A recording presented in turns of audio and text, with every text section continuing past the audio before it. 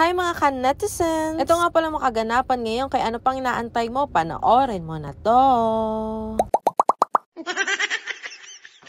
Dumating na nga itong in-order ko, kaya na-excite na nga akong itry to. Grabe guys, ang kapal ng kanyang tela, kaya di mo akalain sa ganitong presyo niya, napakaganda ng quality. First time ko nga din magsusuot ng ganito, kaya na-excite na talaga ako. Ito nga pala yung mga nauuso ngayong bodysuit sa TikTok. Ay talaga mabubudol ka dahil napaka-affordable din ito. Sa halagang 170 pesos lang, ay magkakaganito ka na bodysuit. At syempre marami ding colors na pagpipilian. Ayan nga yung mga napili kong colors. O diba, napakaganda at bagay na bagay. Bale, plum color nga pala tong minomodel ko sa inyo. Opak, parang nakakaputi din, diba? At syempre naman, perfect na perfect ng i-partner sa mga shorts. Pwedeng-pwede din to sa mga petite or kung plus size ka man. Dahil may mga sizes naman na pagpipilian. Ito naman yung minomodel ko sa inyo, chocolate color naman. O diba, bagay na bagay din. Akala ko manipis yung tela kasi napaka-affordable nga. Pero hindi guys, grabe, makapal-kapal siya kahit papano. At syempre, parang natatago niya din yung mga baby fats natin dyan. Opak. Kaya kung gusto mo nito, alam mo nang gagawin. Just click the yellow basket. Mga bandang hapon nga, pumunta nga ulit ako sa salon. Sobrang sira na kasing polygel ko at mahigit 1 buwan na nga ito.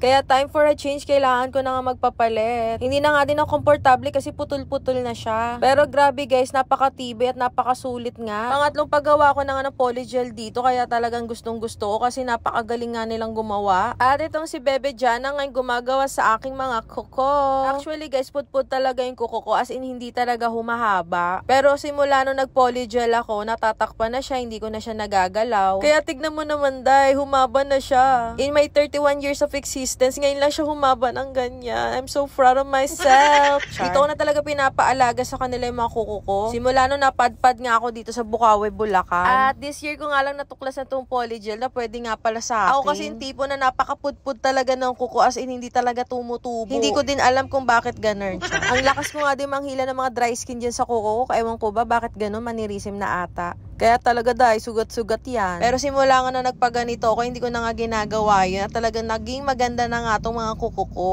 Sobrang nakakatuwa lang kasi daming services nila dito na pwede nyo i-avail. Bukod sa mga polygel, mani pedicure, ay meron din sila sa mga hair services. Kaya kung ano pang inaantay mo, kung taga Bukawi, Bulacan, kayo visit nyo na sila dito. At sobrang napakapulido talaga ng mga gawa nila. Ayan nga, yan na nga, natapos na nga aking polygel. At ayun na nga, super satisfied na naman tayo mga ka-netizens.